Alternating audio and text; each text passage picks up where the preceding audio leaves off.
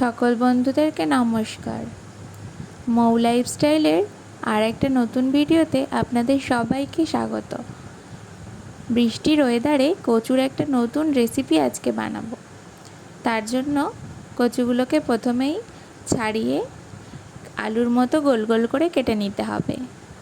এরপর একটা ফ্ল্যাট প্যানে 1 কাপ মতো জল দিয়ে তাতে লবণ আর হলুদ দিয়ে কচুগুলোকে সেদ্ধ করে নিতে হবে। জলটা পুরো শুকিয়ে গেলেই বুঝতে হবে কচুগুলো সেদ্ধ হয়ে গেছে।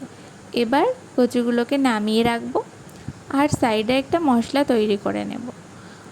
আধা চামচ লবণ, আধা চামচ হলুদ আর 1 চামচ ধনিয়া গুঁড়ো আর 1 চামচ কাশ্মীরি লঙ্কার গুঁড়ো, একটু সর্ষের তেল দিয়ে একটা মশলার পেস্ট তৈরি করে নিয়েছি। এরপরে ওই প্যানে একটু তেল গরম করে সর্ষে আর কারি পাতা ফোড়ন দেব আর সেদ্ধ করে রাখা কচুগুলো দিয়ে দেব। এরপরে বানানো মশলাটাকেও দিয়ে দেব।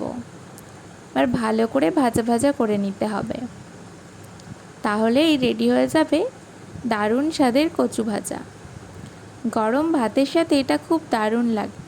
নিরামিষ দিনে আপনারা এটা ট্রাই করতে পারেন। আমার রেসিপিটা ভালো লাগলে একটা লাইক করে দেবেন। সবাই খুব ভালো থাকবেন। টাটা।